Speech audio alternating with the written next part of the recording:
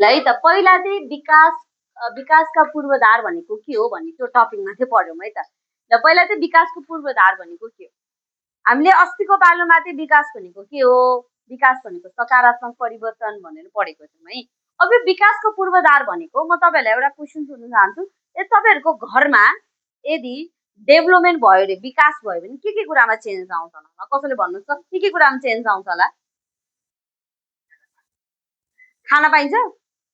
केही न केही हुन्छ नि त। हाम्रो घरमा डेभलपमेन्ट भयो, तपाईँको रुममा नै डेभलपमेन्ट भयो भने के कुरामा विकास हुन्छ? के कुरामा चेन्ज हुन्छ त्यही प्रश्न।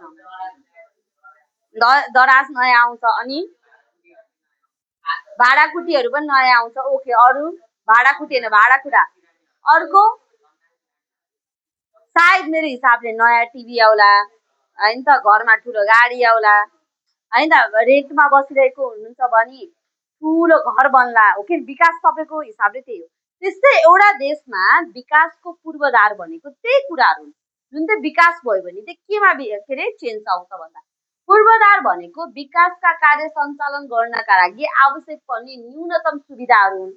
र अब विकासमा चाहिँ एकदमै सहयोग गर्नका लागि चाहिने कुराहरू, यो घर बनाउन के चाहिन्छ होला?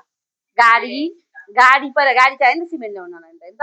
त्यसपछि सिमेन्ट, अनि त्यसपछि इँटा, अनि त्यसपछि मान्छे पनि चाहियो, पानी पनि चाहियो होइन त। हो, त्यो सबै कुरा चाहिँ के हो? विकासको पूर्वाधार हो। बुझ्नुभयो? यो विकासको पूर्वाधार भनेको के हो? कुनै पनि यस्तो कार्य जसले चाहिँ विकासलाई हुन्छ, विकास हुनको लागि चाहिँ सहज बनाउँछ, त्यसलाई नै भनिन्छ पूर्वाधार। अब विकास गर्नुभन्दा पहिला यो यहाँनिर टपिक देख्नुभयो होला, विकासका पूर्व शर्तहरू भनेर भनेका छन् है। विकास गर्नुभन्दा पहिला अर्को के कुरा चाहिँ चाहिन्छ? विकासमा नभई नहुने कुरा भनेको सदाचार। त्यो ठाउँमा अनेस्टी भएन भने विकास हुँदैन। सदाचार भनेको है। साक्षरता भनेको यदि शिक्षा छैन भने विकास हुँदैन। शिक्षा त चाहियो नि त विकास हुनलाई।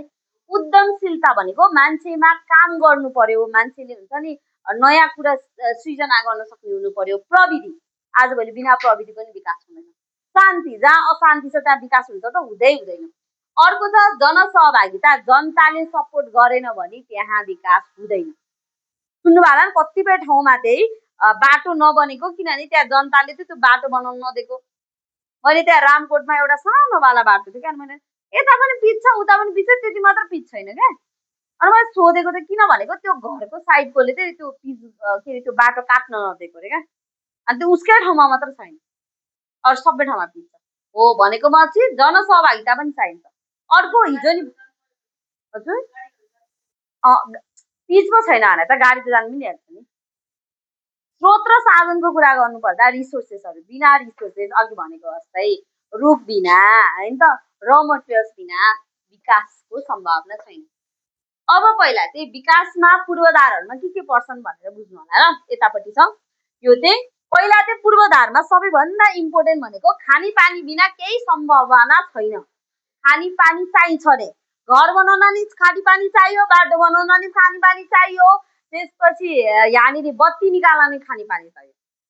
यो खाने पानी पूर्व शर्त हो। खाने पानी बिना केही पनि सम्भव छैन। न त बाटो सम्भव छ, न त एक हिसाबले भन्यो भने प्रविधि पनि सम्भव छैन खाने पानी बिना।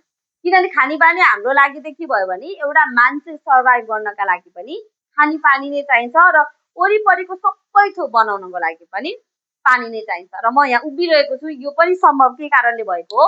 पानीकै कारणले मात्र भएको है। अब अर्को कुरा यहाँनिर गरौँ, यहाँनिर यातायात। अघि भर्खरै भनेको जस्तै यहाँनिर एउटा सामान कुनै उताबाट लिएर आउनु पर्यो भने होइन त, अर्को ठाउँबाट ल्याउनु पर्यो भने, बाटो बनाउनु पर्यो भने है, अनि त्यसपछि के अरे बिल्डिङ बनाउनु पर्यो भने, यिनीहरू सबै पनि विकासको पूर्वाधार। अब शिक्षा, बिना शिक्षाको बिल्डिङै बन्छ होला त? त्यत्तिकै बन्छ? बन्दैन। बिना शिक्षाको बाटो बन्छ? बन्दैन। हो, त्यही भएको कारणले गर्दाखेरि पनि यातायात अति नै आवश्यक रहेको छ। सरी, यातायात होइन, शिक्षा अति नै आवश्यक रहेको छ।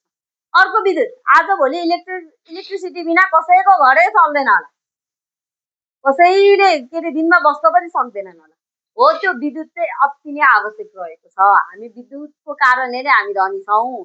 विद्युतको कारणले आज मैले भिडियो बनाउन पाइरहेको छु होइन त। विद्युतको कारणले यो माथिको फ्यान चलिरहेको छ। विद्युतको कारणले नै हाइड्रो पावर आइरहेको छ हो। यो सबै सम्भावना के हो विद्युतको कारणले। अब अर्को छ यो वाला वर्ड, यो तपाईँहरूलाई अलिकति नयाँ लाग्न सक्छ, ऊर्जा भन्ने वर्ड। यसलाई भन्छ इनर्जी। तपाईँहरूलाई थाहा होला मान्छेको शरीर चल्नलाई इनर्जी चाहिन्छ, त्यो साथसाथै बत्ती पनि एउटा इनर्जी हो भनेर। तपाईँले युज गर्ने र मेटेरियल्सहरू, बायोग्यासहरू, यो सबै के हो इनर्जी हो। बिना इनर्जीको कसैको घरमा खाना पाक्दैन। अस्ति नाम हामी कहाँ त ग्यास नभए नि हामीले त दाउरामा पकाएको थियो, त्यो दाउरा पनि त इनर्जी हो होइन त। त्यो मर्ती तेल पनि इनर्जी हो, त्यो स्कुटी चल्ने त्यो पेट्रोल पनि इनर्जी हो। भनेपछि ऊर्जाको लागि यो पनि अति आवश्यक। यो ऊर्जा बिना यातायात आउने भयो त, यो ऊर्जा बिना विद्युत आउने भयो त भएन। यो अति नै आवश्यक छ। यसमा चाहिँ 2 टाइप्सको दिएको छ, एउटा चाहिँ नवीकरण, एउटा चाहिँ अनवीकरण भनेको। नवीकरण भनेको जो चाहिँ रि हुन्छ क्या, एकचोटि हामीले त्यो ऊर्जा युज गरिसकेपछि फेरि आउँछ। जस्तै खोलाहरू हामीले त्यो जति नै युज गरे पनि आउँछ कि आउँदैन? आउँछ। तर नआउने चाहिँ कुन कुन हो त? अनवीकरण चाहिँ कुन कुन हो त? जुन चाहिँ आउँदैनन्, फेरि सकिनु सक्छ। त्यो हो भने र मेटेरियल्सहरू यदि हामीले खानी खनेर धेरै निकाल्यो भने त्यो एक टाइममा के हुन्छ सकिन थाल्छ, त्यो चाहिँ हुँदैन। यसलाई भनिन्छ ऊर्जाको नवीकरण र अननवीकरण भनेर भनिन्छ। जुन चाहिँ हाम्रो हुन्छ नि, जुन चाहिँ यो चाहिँ पहिले नसकिने, यो रि गर्न मिल्ने, तर यो चाहिँ के गर्न मिल्ने, रि गर्न नमिल्नेहरू। ल यहाँसम्म बुझ्नुभयो? ल मैले मैले यो च्याप्टरको इम्पोर्टेन्ट क्वेसन आन्सरहरू चाहिँ तलपट्टि क्याप्सनमा राखिदिएको छु, त्यो चेक गर्नु होला है। 15वटा क्वेसन आन्सरहरू छ, एन्सर चाहिँ तपाईँहरूले लेखिने।